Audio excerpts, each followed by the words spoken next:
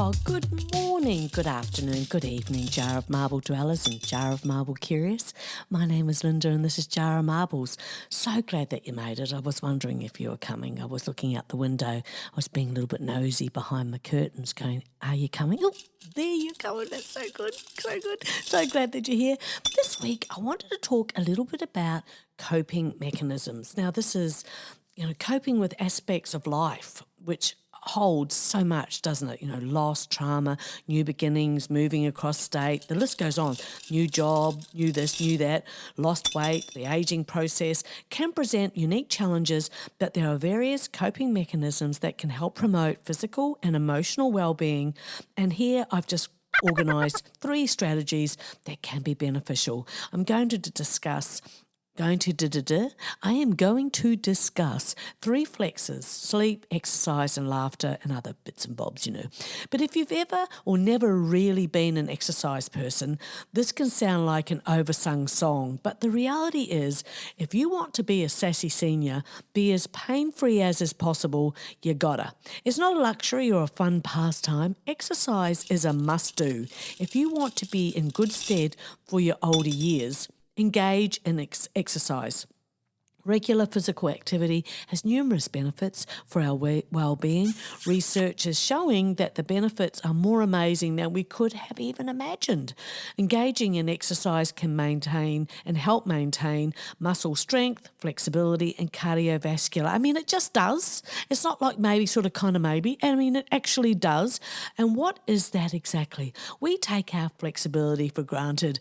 As Carlos Castaneda wrote, we either make ourselves happy or miserable. The amount of work is the same. Oh my. That is just true words. They hit the spot the first time I read them, and added that to my practice some time ago when I could feel a reaction coming on, say, I don't know, some bad news. And in that moment, stopped it from reeling out of control and put it in perspective right there on the spot. And it is work. Yes, it is. But so is digging yourself out of a hole, and we all know that. We want the strong health. It is so obvious as the nose on your face, right? How much time do we have left? With good diet and exercise, maybe 15 years? Oh. So exercise, well, back to exercise. Exercise, movement of some kind. It can also enhance mood, boost energy levels and improve sleep quality. You hear so much about people when they're aged that they need less sleep, for example. Nothing could be further from the truth. We need our 8 hours, and there are important reasons why, regardless of age. Lack of sleep is connected to weight gain, illness, and shortens your life expectancy. The most important sleep stage is stage 3, the non-REM or delta, slow wave sleep. It takes up 25% of our total sleep cycle, and it's known as the deepest period of sleep. It's in stage 3 that sleep is at its most restorative, helping our bodies heal themselves and our minds rest. Most of what we know about sleep has only really been discovered in the last 25 years, but it's fair to say we've made up for it. Scientists and researchers all over the globe are learning more and more about sleep every day, teaching us things we didn't even dream about. Excuse the pun. But here's the Did You Know segment. Did you know that 12% of people dream in black and white? I know, right? And did you know that parasomnia is a term that refers to unnatural movements during your sleep? Some people have even committed crime due to parasomnia, including sleep driving and even murder. And did you know sleep experts have discovered a direct link between people's favourite sleeping positions and their personalities? I know, it's so interesting, isn't it? This is also according to Professor Ed Stokowski, suggesting that those who sleep in the fetal position may appear tough, but are actually sensitive souls right to their core. Just vaguely, there are 2 types of tired. One there where you require sleep and the other where you require peace. God, I really felt that. Now back to the exercise bit. You really need to be your own upgrade. In today's terminology, the biggest flex is loving yourself. It's having that deeper connection with yourself, and finding an exercise routine that you enjoy is key to maintaining consistency. Personally, I am determined not to shorten my life. This morning in church, I sneezed and accidentally farted. 4 people turned around. I felt like I was on The Voice. Oh, that's really funny. I like that. Now that I was saying, and I was going on to say was that because I am wanting to navigate midlife, whatever you want to call it, 50s, 60s, 70s, our older years, navigate our midlife with confidence and purpose, and that it's all really about embracing change, especially if there's a little voice on your head going, I'm not doing that. Oh, I've never done that before. Oh, I'm not going to start now. Who are you kidding? I mean, whose voice is that? I mean, aside the obvious, where does that come from? Because if you are feeling exhausted all the time, not feeling inspired, know that you're not making great choices with food, because if you've ever made great choices with food, and make sure you're drinking lots of water and that you're, doing something different, whatever that may be. It might be walking 3 times a day instead of a week, beg your pardon, instead of not at all. But certainly the only way you're going to ignite your potential is by doing something different, followed by doing something different. And I'm only saying that because I'm really passionate about it, and I just want to rewrite being an older woman's story. Like, yes, a lot of us have illnesses, we have injuries, we have pain, and I totally acknowledge all of that.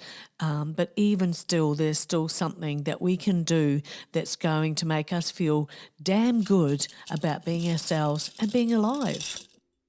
And I honestly believe this, that it's not too late. You're not stuck.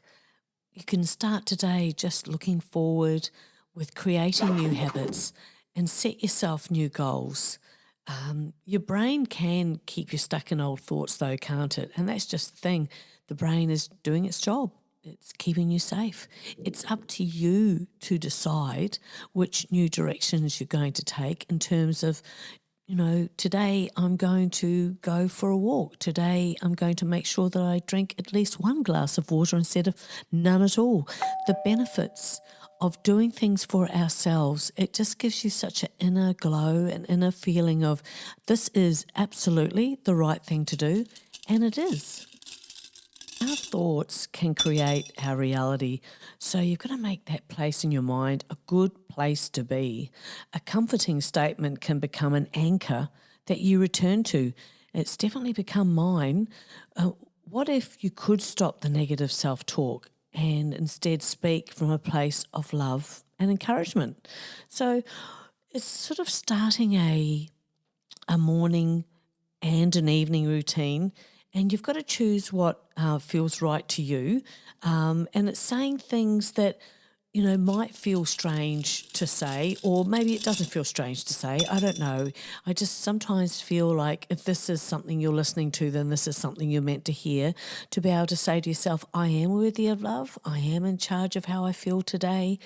I'm doing the best, and that's enough. And I learn from the past and I let it go.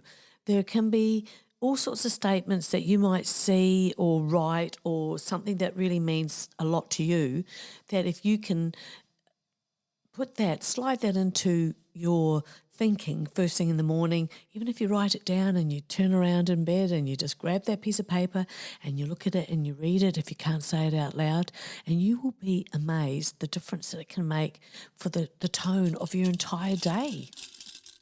Now, I know it's not always possible to start your day in the best way or in the best mood.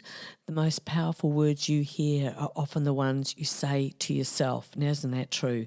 And if you're struggling with some negative thoughts right now, again, try the positive affirmations. We can't change events, but we can learn to challenge our thoughts and how we deal with the ebb and flow of life. Lifting our spirits with encouraging self-talk.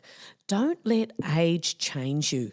Change the way you age. And this is even for younger people as well. As I've said before about looking after yourself now in your younger years is going to guarantee, or certainly assist and go towards, you're going to have a much more fun, a much more healthier older age. It doesn't have to be as it has been for so many people.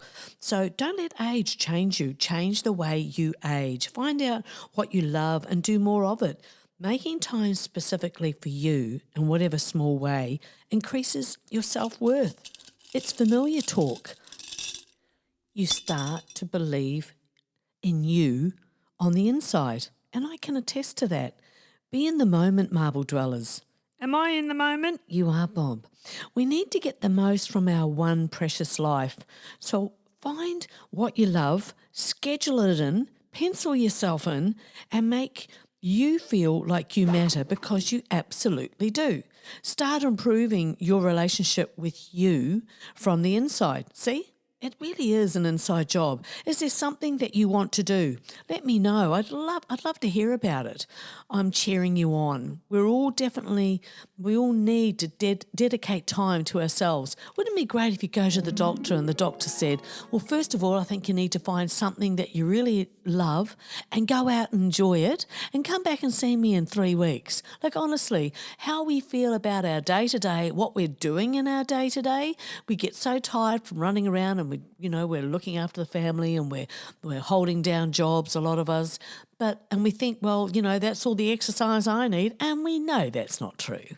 That's not isolating the muscle groups. That's not putting time specifically aside to make sure that you are looking after you. That's working and doing things for other people that really doesn't have much to do with looking after you. Now, as I was saying about finding an exercise routine that you enjoy, it really is key to being able to maintain the consistency. And let's face it, let's just say it is the gym, or even if it's walking, it's too cold, or, there's too much traffic around. Well, after the first 5 minutes, you really do start feeling really great that you've made the effort. There are a few mornings when I'm going to the gym, for example, as I'm getting ready and I'm putting on my gym gear and it's really cold and there's this voice that goes, you do realise you're quite mad. And it's just like, shut up, voice. And I keep going, and then I'm jumping in the car and it's cold. And, and I have the luxury of driving a car to the gym, like, oh, poor me, driving in my car, so pathetic. And then I get to the gym and I buzz myself in, and there's not one day that I've left that gym going, well, I wish I didn't do that. I'm always like, oh, I'm so glad I get past that first 5 minutes, because as you know, that can be the determining factor whether you're going to go ahead with something. Well, I'm uncomfortable, I'm cold. Well, yeah, you know what? You need to get a little bit uncomfortable, and you might need to get a little bit cold, because the results are just fantastic.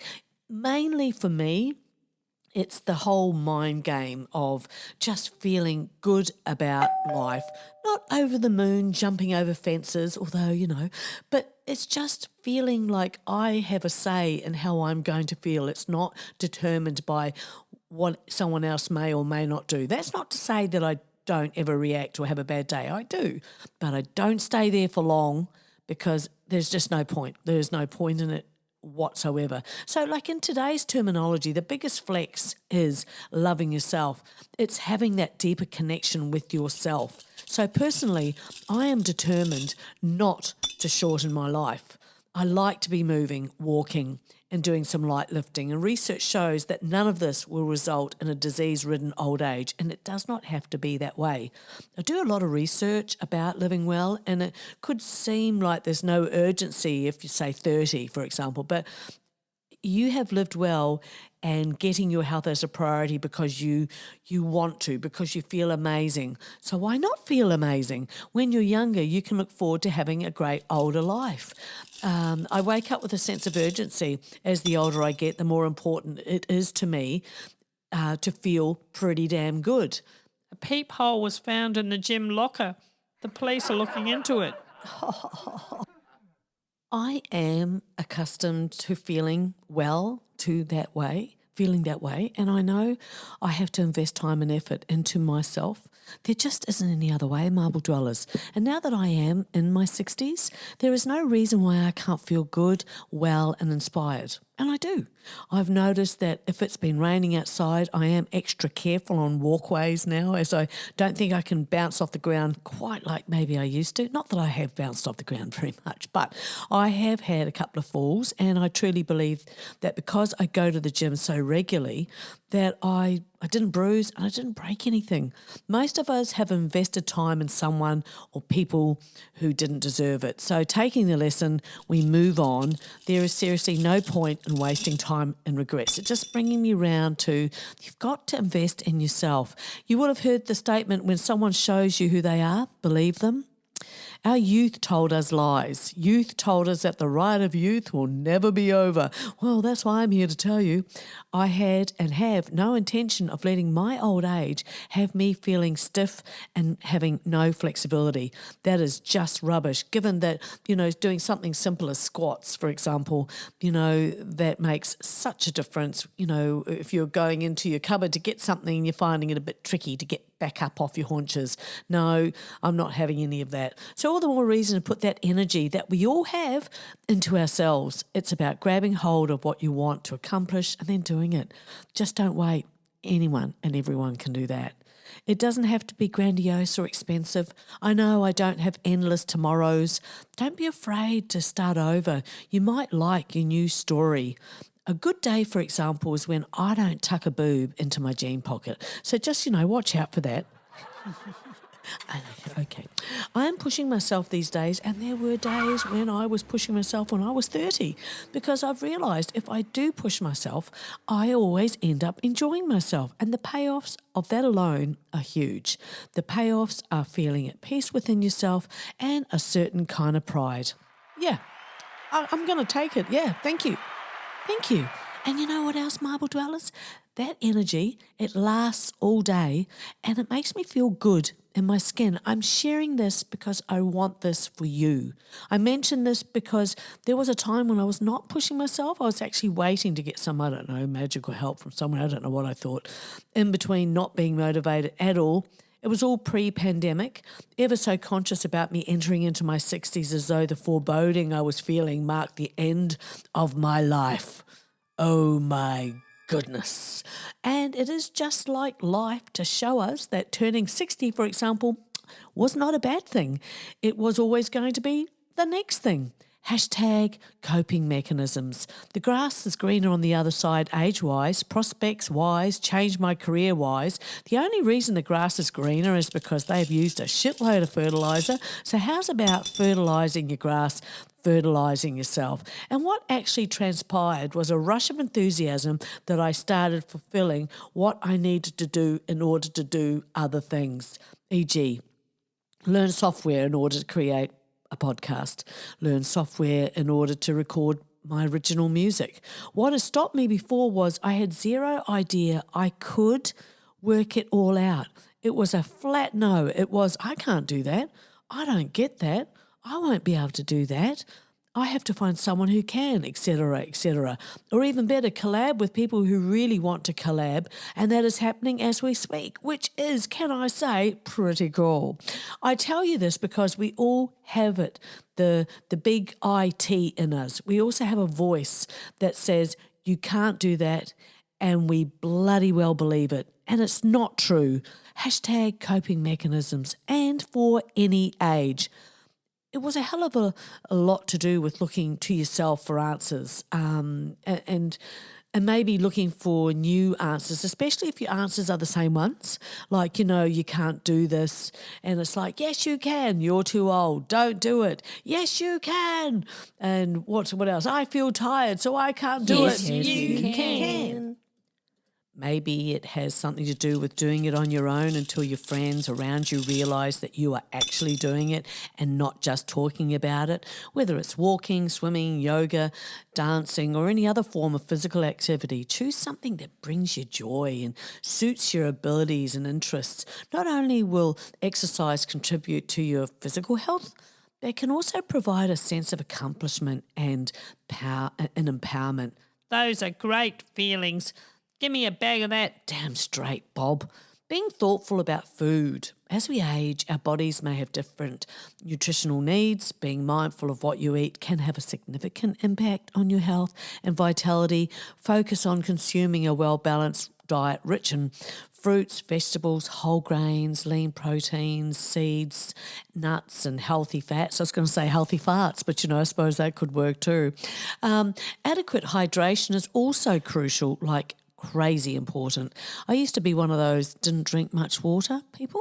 Didn't like it at all, the rest of the malarkey, but when I found out the damage I was causing, I changed that quick smart. I realised that I had to challenge not so much my beliefs, but my actions, as I was limiting myself with stupidity, really. And we can't have that. No, Bob, we can't. So how's your hydrating going? Me. Well, yes, you, Bob, and anyone that's listening, how is your hydrating going? Moreover, being thoughtful about food goes beyond just nutrition. It's important to savour your meals and practice mindful eating, paying attention to the flavours, the textures and sensations.